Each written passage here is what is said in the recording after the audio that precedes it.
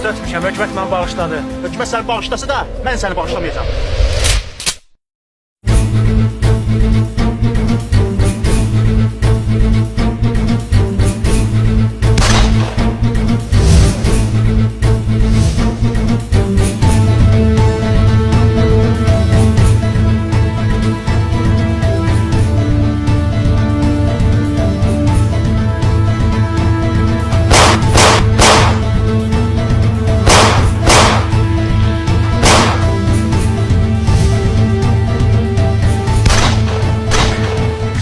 Saflığından istifadə edib bunu vuracağım. Natiq!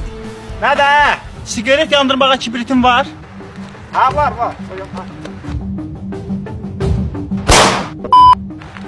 Bir də göz variantın özünə gələcəm.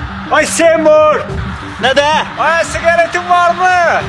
Buna bax, mənim variantim bana gəlir. Nədir? Ay, sigaretin varmı, sigaret? Eşitmirəm. Ay, deyirəm, sigaretin varmı, sigaret?